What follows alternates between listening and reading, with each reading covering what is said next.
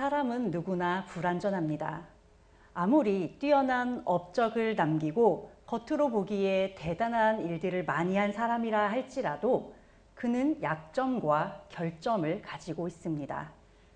세상에 남부러울 것이 없이 사는 인생처럼 보이고 너무나도 화려하고 아름다운 인생을 사는 사람들이라 할지라도 그 내면에는 감추어둔 아픔이나 괴로움을 갖고 있는 경우도 심심치 않게 볼 수 있습니다.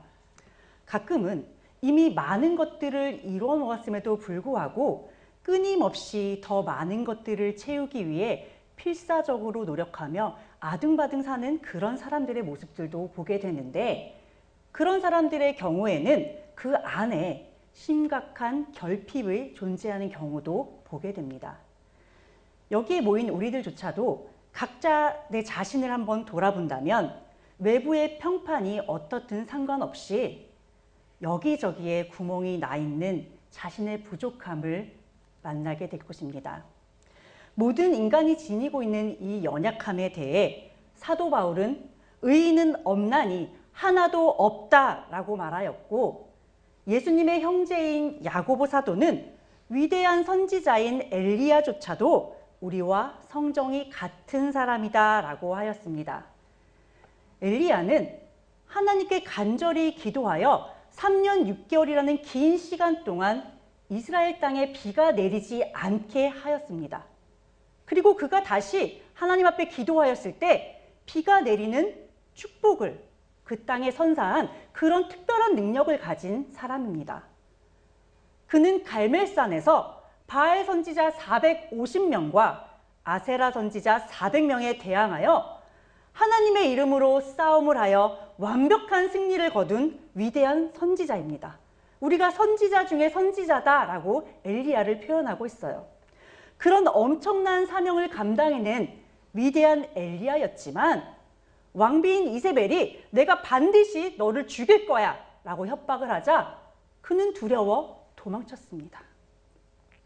그리고 그는 홀로 있는 그 시간에 하나님 앞에 자신의 생명을 거두어 달라는 그런 처절한 기도를 드렸어요. 하나님의 이름으로 하늘에서 불도 내리고 비를 내리는 가진 엘리야였지만 그럼에도 불구하고 그는 연약함을 지닌 인간이었습니다. 어쩌면 그렇게 대단한 능력을 가진 사람이 이렇게 연약한 모습을 보인다고 좀 당황스럽게 느껴질 수도 있습니다. 그러나 이것이 바로 모든 인간이 연약함을 가졌다는 방증이 됩니다. 우리는 너나 할 것 없이 모두가 한계와 연약함을 지닌 존재들입니다. 그러므로 전지전능하시고 변함이 없으신 하나님을 의지하는 것만이 바로 인생을 살아가는 지혜인 것입니다. 우리의 강함이 하나님의 연약함에 미치지 못합니다. 우리가 아무리 지혜롭다 한다 한들 그것은 하나님의 미련함에 비할 수가 없습니다. 창조주와 피조물의 경계가 아주 확실하기 때문입니다. 사탄이 아무리 우리가 하나님과 같이 될 수 있다고 유혹을 하더라도 우리는 절대 여기에 속아서는 안 되는 이유입니다. 우리가 가진 것들을 의지하지 말고 그러므로 오직 하나님만을 의지해야 합니다. 하나님께 지혜를 받고 그 지혜를 가지고 하나님께 아름다운 성전을 건축해 드린 솔로몬 앞에 많은 열방들이 무릎을 꿇었습니다. 그의 명성은 날이 갈수록 높아져 갔고 솔로몬의 명성이 높아지는 것과 동시에 이스라엘이라는 국가적 위상도 함께 높아져 갔습니다. 그의 재산과 지혜가 이 세상의 어떤 왕들보다도 컸기 때문에 온 세상의 사람들이 그의 얼굴을 보기를 원했습니다. 그의 지혜를 직접 듣기를 소원했어요. 그래서 그들은 많은 예물을 가지고 솔로몬을 만나기 위해 먼 길을 여행하는 것도 마다하지 않고 예루살렘으로 그를 찾아왔습니다. 솔로몬의 명성을 듣고 온 많은 사람들 중에 가장 대표적인 인물이 바로 오늘 본문의 스바 여왕입니다. 스바 왕국은 아라비아 반도의 남단 최하단에 위치한 지금의 예멘 지역에 해당하는 고대 왕국입니다. 욥기나 시편, 에스겔, 이사야 등 구약 성경에도 스바 왕국에 대한 언급이 종종 등장하고 있는데, 이 지역의 특징은 각종 극상품 향재료, 그러니까 향품이 굉장히 유명한 지역이었던 것 같습니다. 그리고 보석과 금도 풍부하여 이것을 가지고 무역과 상업이 활발했던 지역이다라는 것을 알 수 있습니다. 오랫동안 성경학자들은 스바의 여왕을 에티오피아의 여왕이다라고 생각을 해왔습니다. 그래서 많이 들으셨을 거예요. 스바 여왕이 있을 때 에티오피아 사람이다라고 생각을 하셨을 텐데, 당시 이 그림을 보시면 스바 여왕이 통치했던 지역이 지금 예멘 지역을 중심으로 이 나일강 상류 지역인 에티오피아 지역의 일부를 포함하고 있었습니다.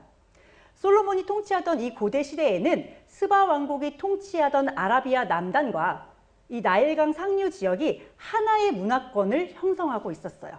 그러니까 주된 나라는, 수도와 그 주된 왕국은 아라비아 남단에 있고, 에티오피아를 식민지로 아마 통치를 하고 있었던 것으로 추정을 하고 있습니다. 그래서 혈통적으로는 셈족을 중심으로 아프리카의 함족이 함께 섞여 사는 그런 나라였어요. 에티오피아에서 전승되는 전설에 따르면 지금의 그 에티오피아의 시초를 악숨 왕조라고 보고 있는데, 이 악숨 왕조를 세운 왕이 바로 스바 여왕의 아들이라고 전해지고 있습니다. 스바 여왕에 대한 기록은 성경뿐만 아니라 아라비아 지역에서 전승되고 있는 그런 전설이라든지 이슬람의 경전인 꾸란에도 등장을 하고 있어요. 그렇지만 지금으로부터 너무 오래전 이야기예요. 3000년 전의 이야기이기 때문에 이 일이 실제로 일어난 일인지, 이 스바 여왕이 실존하는 인물이었는지 거기에 대한 논란이 굉장히 오랫동안 있어 왔습니다. 그러나 2000년대 이후에 활발하게 진행되고 있는 고고학적 발견으로 인해 스바 여왕이 통치했던 이 왕국의 실체가 드러나고 있어요.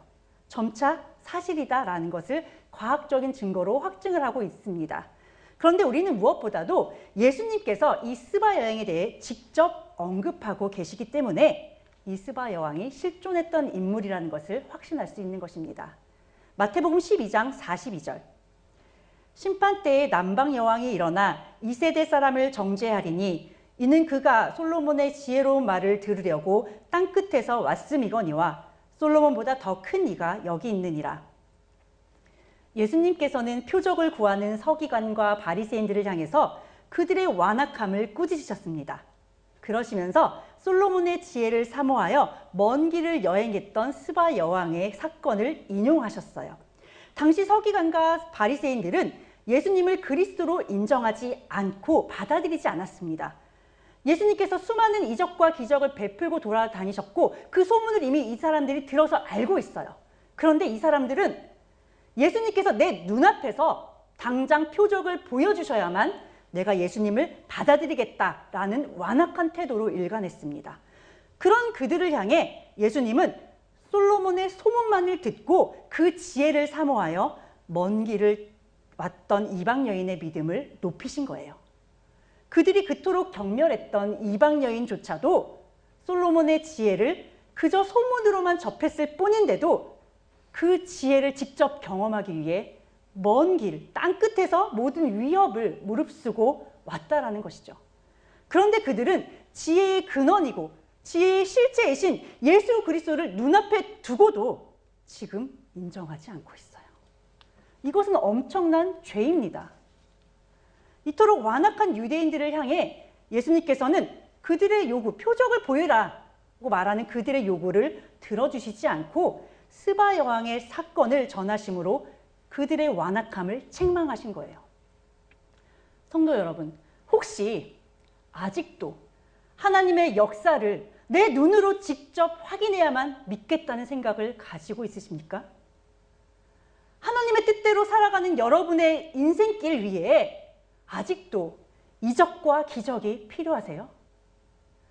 아직도 하나님께서 여러분의 믿음을 더 견고하게 세워주시기 위해서 해결해 주셔야 하는 세상 일이 있는지 묻고 있습니다. 얼마 전 성도들을 위한 기도를 하고 있는데 악한 아합 왕에 대한 이야기를 생각나게 하셨습니다. 아합 왕이 얼마나 악한 왕이에요. 그런데 그가 나봇의 포도원을 억지로 빼앗는 악한 일을 저질렀을 때 하나님이 그에게 선지자를 통해 심판의 메시지를 전하시거든요. 그런데 그 말씀을 전하고 이 선지자가 돌아 나오는 그 길에 이 아합이 아플싸 하면서 잠깐 고개 숙이고 기도를 했나 봐요. 잠깐 죄송했나 봐요. 그랬더니 하나님이 돌아가는 그 선지자에게 이 아들이 잠깐 겸비하고 있어. 반성하고 있어. 그 아들에게 돌아가서 지금 벌을 내리지 않을 거라고 이야기해줘. 라고 말씀하셨습니다. 우리는 이런 하나님의 인자하심과 오래 참으심을 정말로 사랑해요. 이 세상의 기준으로는 절대로 용서받을 수 없는 그런 악한 자라 할지라도 회개하고 하나님께로 돌아오기만을 긍휼하심과 오래 참으시는 그 하나님, 우리는 이런 하나님만을 원하잖아요. 다 용서해 주시고 다 받아주시고 다 괜찮다고 해주시고. 저 역시도 이 말씀을 해주실 때 하나님이 너무 좋은 거예요. 너무 감사하고 이런 사랑을 저희들에게도 허락하신 그 하나님을 정말 찬양했습니다. 그런데 하나님께서는 내가 악한 그를 받아주었어. 그런데 그의 최후는 어땠니? 물으시는 거예요. 그는 그렇게 큰 은혜를 입었는데도 불구하고 돌이킬 수 있는 기회를 얻었음에도 불구하고 끝내 그 악한 본성을 버리지 않았단다. 그는 선지자의 예언 그대로 전쟁터에서 비참한 죽음을 맞이하였고 그의 피를 개들이 핥는 수모를 당했어요. 하나님께서는 겸비함으로 용서받고 은혜를 받은 그 뒤의 삶이 어떠했는지를 저에게 물으셨습니다. 용서받는 것을 기뻐하는 데서 그치는 신앙이 아니라 그 받은 은혜에 감사해서 그 은혜가 참된 축복으로 이어질 수 있도록 삶의 방향을 완전히 돌이켜야만 한다는 말씀이었어요. 숱한 기적과 은혜를 체험하고도 하나님께 버림을 받은 사람들이 얼마나 많은지 모릅니다. 차라리 그 은혜에 참여하지 않았더라면, 그 기적을 그가 경험하지 않았더라면 하나님 앞에 계산하는 것이 더 적을 텐데, 하나님께 받을 벌이 덜할 텐데 참 안타까운 마음이 듭니다. 여러분은 어떠신가요? 이미 하나님께 우리가 받은 은혜는 차고 넘치지 않으시는가요? 그런데 아직도 하나님의 뜻이 어디에 있는지 보여달라고 요구하고 계시진 않으신가요? 부디 하나님의 은혜가 구원의 축복으로 이어질 수 있도록 하나님의 은혜를 경험한 그 자리에서 삶의 방향을 돌이키시기를 바랍니다. 더 이상 반복되는 불평과 하나님 앞에 죄가 되는 말과 행동의 습관을 버리시기를 바라요. 하나님의 은혜가 여러분을 통해 더욱 풍성하게 흘러갈 수 있도록 하나님의 축복의 통로가 되시는 여러분이 되길 바랍니다. 열왕기상 10장 1에서 2절. 스바의 여왕이 여호와의 이름으로 말미암은 솔로몬의 명성을 듣고 와서 어려운 문제로 그를 시험하고자 하여 예루살렘에 이르니 수행하는 자가 심히 많고 향품과 심히 많은 금과 보석을 낙타에 실었더라. 그가 솔로몬에게 나와 자기 마음에 있는 것을 다 말하네. 성경에는 스바 여왕이 굉장히 부유한 나라의 여왕이었고 지혜를 사랑하는 사람이었다는 것 외에는 그 인물에 대한 설명을 자세히 하고 있지는 않습니다. 그러나 고대의 전승들을 볼 때 고대 아라비아인들은 굉장히 지혜로 유명한 사람들이었다고 해요. 그리고 동방 전설에 따르면 이 스바 여왕 자체도 굉장한 지혜의 여왕으로 명성이 있는 사람이었다고 합니다. 그녀는 솔로몬의 명성을 소문으로만 듣고 그의 명예와 지혜가 실제로 어느 정도인지 너무 궁금했어요. 그래서 그것을 확인하기 위해서 장장 2,400km가 떨어진 그 먼 거리의 여행도 마다하지 않았습니다.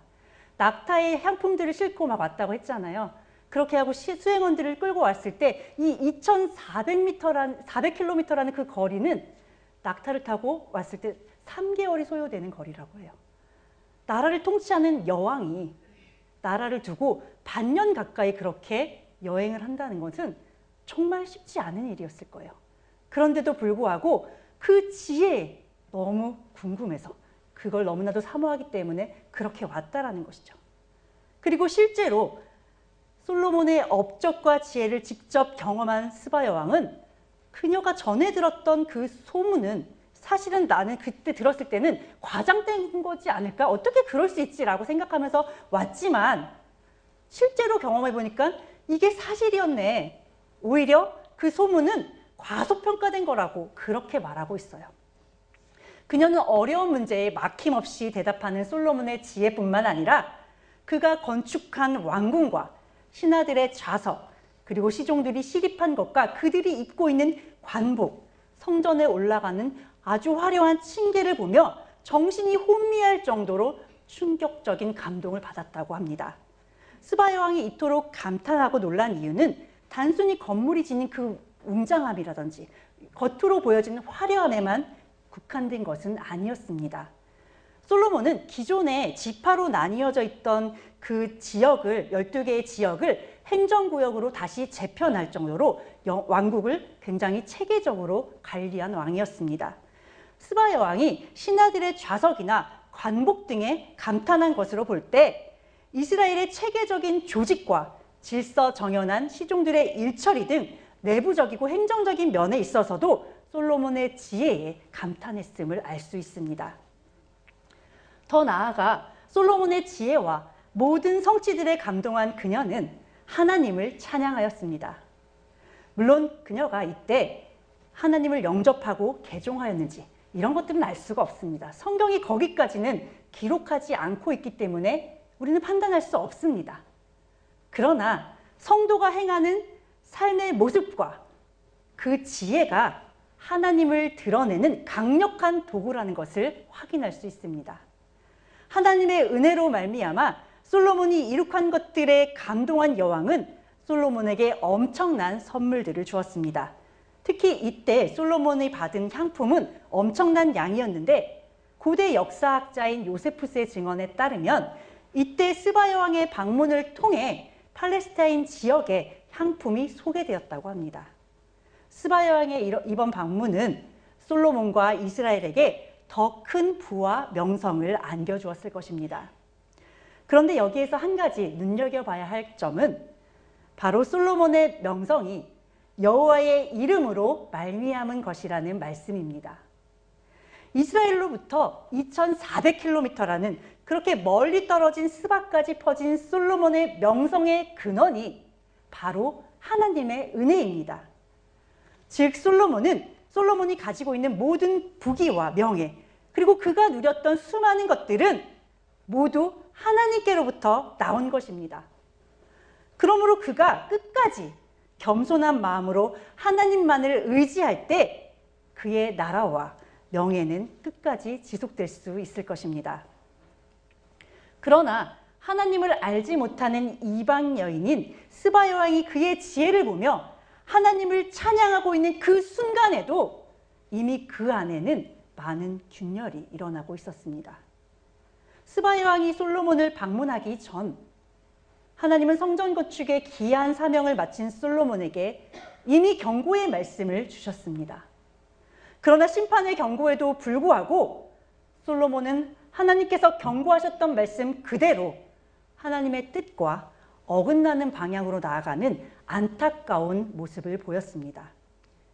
열왕기상 9장 11절 갈릴리 땅의 성읍 20곳을 히람에게 주었으니 이는 두로 왕 히람이 솔로몬에게 그 온갖 소원대로 백향목과 잣나무와 금을 제공하였음이라. 성전 건축은 가나안 땅의 완전한 정복을 뜻합니다. 그런데 가나안 정복의 성취를 의미하는 성전이 완공되자 하나님께서 기업으로 허락하신 땅의 일부가 이방인의 손에 넘어가는 어이없는 일이 발생하였습니다. 히람이 솔로몬에게 그 온갖 소원대로 백향목과 잣나무, 금을 제공했다라는 것을 보면 히람은 솔로몬이 요구하는 모든 것들을 충족하게 채워줬음을 알 수 있습니다. 애초에 솔로몬과 히람 사이에는 솔로몬이 원하는 건축 자재를 히람이 주는 대신에 솔로몬은 히람의 왕궁에 필요한 음식물들을 제공하기로 그렇게 거래를 체결했습니다. 그러나 솔로몬이 히람이 제공한 건축 자재들에 대한 대가로 갈릴리 땅의 성읍 20개를 준 것을 보면 그는 아마도 계획보다도 많은 자재를 받게 되면서 약속했던 그 대가로 음식물을 모두 감당하기 어려웠을 것으로 보입니다. 그 과정에서 그 땅을 히람이 마음에 들어하지 않았고 또 그 대가로 다시 금 120달란트를 솔로몬에게 보냈다는 기록 외에는 이 사건에 대해서 성경은 자세하게 기록하고 있지 않습니다. 그래서 도대체 왜 이런 거래를 한 것이며 도대체 그 의미가 무엇인지 이유에 대해서도 우리는 잘 알 수 없어요. 다만 우리가 성경을 통해 알 수 있는 것은 솔로몬이 히람에게 그가 요구하지도 않았던 땅을 주었고 그에 대한 대가를 받았다는 점입니다. 이 거래를 놓고 솔로몬이 하나님께서 주신 지혜로 국가의 실익을 극대화했다라고 평가하는 것도 보았습니다. 그러나 신명기 19장 14절에 하나님께서 이런 말씀을 하셨어요. 내 하나님 여호와께서 내게 주어 차지하게 하시는 땅, 곧 내 소유가 된 기업의 땅에서 조상이 정한 내 이웃의 경계표를 옮기지 말라. 하나님은 분명히 이렇게 명령하셨어요. 솔로몬이 그토록 지혜로웠는데 이런 하나님의 명령을 몰랐을까요? 따라서 히람에게 성읍 20개를 준 것은 명백하게 솔로몬의 실책입니다. 이스라엘 백성들은 자신의 땅을 함부로 팔 수 없습니다. 그들에게는 자신의 조상들로부터 물려받은 그 땅을 최대한 아름답게 가꾸고 후손에게 잘 물려줘야 하는 사명만이 있을 뿐입니다. 이 말은 땅에 대한 권리가 사람에게 속해 있는 것이 아니라 하나님께 속해 있다는 것을 뜻합니다. 땅의 진정한 주인이 하나님임에도 불구하고 솔로몬은 마치 이 땅이 자신의 것인 양 이방인에게 헐값으로 넘기는 어처구니 없는 일을 저지른 것입니다. 또한 그는 성전과 왕궁 이외에도 많은 성읍과 병거성들을 건축하였습니다. 일꾼이 많이 필요하니까 가나안 족속들을 일꾼으로 활용했어요. 하나님께서는 분명히 가나안 땅을 정복하면서 그곳에 사는 사람들을 진멸하라고 하셨습니다. 그들과 어떤 언약도 맺지 말고 그들을 불쌍하게 여기지조차 말라고 명령하셨어요. 하나님께서 스스로 잔인한 하나님이라는 오명을 쓰실 것을 아시면서도 이렇게 명령하신 이유는 그들은 우상을 숭배하며 음란한 삶을 살고 있는 사람들이기 때문입니다. 빛 대신 하나님을 거부하는 그들의 삶은 그 자체로 어둠입니다. 그들을 진멸하지 않으면 하나님의 백성들은 그들과 혼인하여 자녀를 낳게 될 것이고 그들이 섬기는 우상을 자연스럽게 받아들이며 세상의 풍조를 따르게 될 것입니다. 그러면 이스라엘 백성들은 자연스럽게 그들과 동화되어 타락할 것이 불보듯 뻔하다는 거예요. 하나님 앞에 등불을 켜놓고 반짝반짝 빛나야 할 하나님의 자녀들이 하나님 앞에 우둔한 채로 어둠 속에 살 것입니다. 하나님께서는 그들의 신앙을 지켜주시기 위해 들어가는 성읍마다 사람들을 모두 죽이라는 명령을 하신 것입니다. 만약에 이스라엘 백성들이 어떤 상황과 환경에서도 하나님만 섬기는 사람들이야. 이 자녀는 어떤 일이 닥쳐도 나만 사랑해 라는 그런 확신이 하나님 안에 있으셨다면 하나님께서 굳이 이런 명령을 하실 이유가 없습니다. 이스라엘 백성을 믿지 못하셨기 때문에 타락한 가나안 사람들을 진멸하라고 명령하실 수밖에 없었던 것입니다. 자, 내 자녀가 누구와 함께 있어도 이 아이는 어느 자리에 내어놔도 안심이 되는 아이야. 이 아이는 세상의 영향을 받지 않고 부모가 해준 이야기를 지키기 위해서 그 말대로 행동하기 위해서 노력하는 아이라는 것을 내가 알고 있고 믿고 있어요. 그런 확신이 자녀에게 있다면 우리 부모님들은 자녀가 어디를 가든 어떤 사람들을 만나든 그리 걱정이 되지 않습니다. 그 아이에게 잔소리할 게 없어요. 그런데 내 자녀가 부족한 걸 알기 때문에 자꾸만 잔소리를 해요. 어떤 친구를 만나는지, 저 아이가, 우리 아이의 옆에 있는 저 아이가 온전한 생각을 가진 아이인지, 예를 따라서 잘못된 길로 가면 어떡하지? 내 아이의 행실이 아니라 이 아이의 행실을 놓고 염려하는 것이 부모의 마음입니다. 하나님의 마음이 바로 부족한 자녀들을 바라보는 부모의 마음과 동일합니다. 그러니까 가나안이 진멸을 받게 되는 것은 하나님이 잔인해서가 아니라 하나님의 백성들의 믿음이 연약하기 때문입니다. 모두 부질없는 얘기일 수 있겠지만 저는 이런 모습을 볼 때마다 이스라엘 백성들이 한 번만이라도 하나님의 말씀에 그냥 순종했으면 어땠을까? 그냥 그 말씀대로 믿고 행했다면 어떤 일이 일어났을까 하는 생각을 참 많이 하게 되는 것 같습니다. 만약 솔로몬이 하나님의 명령을 귀하게 여기고 그 말씀대로 순종했다면 어땠을까요?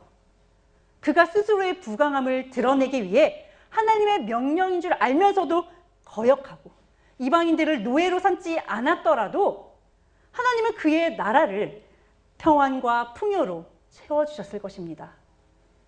하지만 솔로몬과 이스라엘 백성들은 하나님께서 앞으로 일어날 일에 대해 모두 말씀해 주셨음에도 불구하고 심판의 말씀을 가볍게 여겼습니다. 말씀대로 살지 않으면 결국 하나님께서 주신 그 약속의 땅, 축복의 땅에서 멸망하게 될 것이라고 분명히 경고하셨음에도 불구하고 이스라엘은 하나님을 배신하였습니다. 그 결과는 약속의 땅에서 하나님의 진노를 받고 쫓겨나는 아주 슬픈 일을 당하게 된 것입니다. 노아의 홍수가 임했던 그 시기에 이 전 세계의 인구가 약 60억에 달했다고 합니다. 그 60억이라는 어마어마한 인구 중에 오직 노아의 가족 8명만이 구원의 방주에 올라타는 축복을 누렸습니다. 그런데 그 귀한 기회를 얻어 방주에 탔음에도 불구하고 노아의 아들인 함은 아버지의 저주를 받고 말았습니다. 가룟 유다는 또 어떻습니까? 예수님과 동고동락하며 그 힘든 시간을 다 견디며 복음을 전했어요. 어쩌면 누군가는 그가 전한 복음을 듣고 예수 그리스도를 영접하고 그는 천국에 갔을 것입니다. 그러나 정작 가룟 유다는 영혼을 구원하는 귀한 일에 동참했음에도 불구하고 그 영혼은 끝내 지옥불에 떨어지고 말았습니다. 다른 사람들의 이야기니까, 또 성경을 통해서 우리는 결말을 다 알고 있으니까 그들이 너무 안타까우실 거예요. 지금 어떻게 저렇게까지 어리석고 미련할 수 있을까? 우리는 참 쉽게 말합니다. 그러나 우리 역시도 교회를 다니는 것만으로 하나님께서 일방적으로 우리를 지켜주실 것이라는 것, 너무나도 당연하게 그런 기대를 갖고 있지 않습니까? 내가 속한 공동체는 평화로워야 하며 우리 가정은 잘 돼야 되고 나의 자녀들은 하는 일이 모두 잘 풀려야 한다라는 그런 막연한 기대와 착각 속에 우리는 살아가고 있습니다. 하나님께서 나를 지켜주시고 보호해 주시는 것이 너무 당연하다는 생각을 아주 쉽게 하고 있다는 것입니다. 하지만 말씀을 한번 보십시오. 말씀을 가진 성도들이 깨어서 나라와 민족을 위해 기도하고 그 말씀대로 살아내지 않는다면 세상은 성도들의 타락으로 인해 오히려 점점 더 영적인 어두움으로 빠져들게 될 것입니다. 솔로몬의 시대에는 이스라엘이 굉장히 강성해졌어요. 그렇기 때문에 가나안 족속들을 쫓아낼 수 있는 충분한 힘을 갖고 있었습니다. 그러나 그들은 오히려 이젠 그들을 종으로 삼아 일을 시켜야 하기 때문에 하나님의 명령에 순종할 수 없었어요. 하나님께서 모두 쫓아내라는 명령을 하셨음에도 불구하고 전에는 힘이 없어서 못 쫓아냈는데 이제는 힘은 있어도 내 이익과 결부됐기 때문에, 내가 더 많이 가져야 하는 욕심 때문에 그들을 노예로 삼고 있는 것입니다. 하나님께서는 우리에게도 어둠의 세력이 넣어준 인간의 의와 자존심, 욕심과 정죄하는 마음, 쾌락과 악한 습관을 모두 버리라고 명하셨습니다. 하지만 우리들은 명령을 거역하고 그것들을 우리 마음속에서 몰아내지 않는 죄를 짓고 있습니다. 이스라엘 백성이 강성했을 때 가나안 사람들을 노예로 삼고 건축의 역사를 진행했던 것과 똑같이 우리는 내 안에 있는 모든 것들을 내 것으로 삼고 있어요. 더 큰 힘을 키우고 세상의 것을 더 많이 갖기 위해서 그 욕심 때문에 하나님의 말씀까지 버리고 있지는 않은지 돌아보시기를 바랍니다. 그래도 천국에는 가야 하니까 적당히 절충하는 삶을 살고 싶겠지만 말씀에는 절대 타협이라는 것이 없습니다. 나는 지혜롭게 이것도 저것도 모두 놓치지 않고 다 가져갈 거야 라는 얄팍한 깨를 내어보지만 하나님의 말씀에는 지키거나 지키지 않거나 그 두 가지 선택지밖에 없습니다. 타협하는 신앙으로는 절대로 하나님의 보호하심과 은혜를 받을 수 없다는 것을 꼭 기억하시길 바랍니다. 이 외에도 솔로몬은 다른 나라와 교역을 하기 위해서 배를 만들었습니다. 이 배를 만들기 위해서 두로 왕 히람과 함께 또 협력했어요. 그들의 도움을 받았습니다. 그렇게 지은 배로 오빌이라는 곳에서 금을 수입하여 얻은 수익이 420달란트라고 해요. 요즘 금이 한 돈에 50만 원, 60만 원 이렇게 하더라고요. 420달란트면 상상할 수조차도 없는 수치입니다. 1000조 가까이 되는. 이 교역은 국가를 부강하게 만드는 중요한 통로였어요. 이것들을 볼 때 사람들은 솔로몬의 지혜를 더 찬양한단 말이에요. 더 대단하다고 얘기해요. 그렇지만 교역을 통해 들어온 것이 물질적인 이익뿐이었냐는 거죠. 교역을 통해서 이방의 우상숭배 문화가 이스라엘로 굉장히 빠르게 들어오고 말았습니다. 솔로몬은 사람들이 부러워하는 부와 권력을 쌓았지만 하나님께서 기뻐하시는 사랑과 자비, 거룩함은 점점 잃어가고 있었습니다. 마음에서 하나님을 잃어버린 그는 하나님의 사람을 잃어버리게 되었고 결국 그 주변에 하나님께서 그를 지켜주셨던 울타리를 잃게 되었습니다. 많이 가지면 가질수록 결국 아무것도 갖지 못한 자가 되고 마는 것이지만 그는 성공의 기쁨에 도취되어 하나님을 놓치고 있었습니다. 우리 성도들이 두려움으로 봐야 할 것은 그가 하나님을 놓치며 타락의 길로 접어드는 그 순간에도 하나님께서는 여전히 그에게 베푸셨던 은혜를 거두어 들이시지 않았다는 점입니다. 그는 여전히 지혜로웠고 그는 여전히 많은 사람들의 인정을 받았으며 세상 가운데서 승승장구하는 인생을 살았습니다. 그렇다면 하나님께서는 왜 솔로몬이 잘못을 저질렀을 때 그때 바로 그것을 하지 못하도록 막으시거나 미연에 방지하지 않으시고 왜 그가 이런 죄를 범하도록 그대로 두셨을까요? 시편 81편 12절에서 13절. 그러므로 내가 그의 마음을 완악한 대로 버려두어 그의 임의대로 행하게 하였도다. 내 백성아, 내 말을 들으라. 이스라엘아, 내 도를 따르라. 물론 하나님이 죄를 방조하시거나 죄가 일어나기를 바라셔서 그것을 부추기시는 그런 분은 아니십니다. 하지만 인생들을 시험하시기 위해 때때로 이것을 묵인하십니다. 여기에는 두 가지의 의미가 있습니다. 하나는 그가 완악한 마음을 돌이키고 하나님의 도를 따르기를 바라는 사랑의 마음입니다. 그에게 계속해서 돌이킬 수 있는 기회를 허락하시는 것입니다. 또 다른 하나는 스바 여왕처럼 여전히 그에게 남아있는 하나님의 은혜를 통해 하나님께서 살아계신 분이시며 하나님께로 나올 자들을 이끄시기 위함입니다. 이처럼 하나님은 처음부터 끝까지 사랑으로 역사하고 계십니다. 오늘날은 성공과 번영이 최고의 가치로 받아들여지는 세상입니다. 우리는 보암직한 것들을 추구하는 세상 가운데 믿음을 지키며 살아가야 해요. 하나님의 거룩함을 닮은 자로 살아가는 것이 이 악한 세상 속에서 결코 쉬운 일이 아님을 알고 있습니다.